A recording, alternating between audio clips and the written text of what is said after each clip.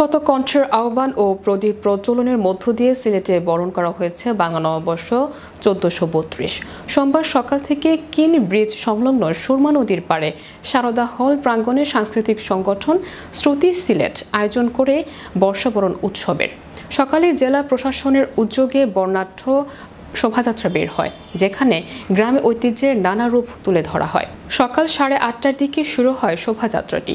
নগরীর বিভিন্ন সড়ক প্রদক্ষিণ করে বুলুবার্ড স্কুল অ্যান্ড কলেজে গিয়ে শেষ হয়। এতে Sylhet city corporation, police line school, technical school and college, কৃষি সম্প্রসারণ অধিদপ্তর, প্রাইমারি ট্রেনিং ইনস্টিটিউট ও স্কাউট সহ নানা প্রতিষ্ঠান নিজ নিজ ব্যানারে অংশ নেয়। এরপর সকাল 11টার দিকে শাহজালাল বিজ্ঞান ও প্রযুক্তি বিশ্ববিদ্যালয় প্রশাসনের আয়োজনে আরও একটি আনন্দ শোভাযাত্রা বের হয়। এটি বিশ্ববিদ্যালয়ের গোলচত্বর প্রদক্ষিণ করে প্রশাসনিক ভবনের সামনে গিয়ে শেষ হয়। কেন্দ্রীয় শহীদ মিনারে বাংলার চিরায়িত পান্তা ইলিশের স্বাদে নববর্ষের আয়োজন শুভ সূচনা করে জাতীয়তাবাদী মহিলা দল। এছাড়াও চারণ উদীচী, আনন্দলোক সহ বিভিন্ন সাংস্কৃতিক ও সামাজিক সংগঠন ও বর্ণিল আয়োজনে বর্ষবরণ অনুষ্ঠান পালন করা হয়েছে।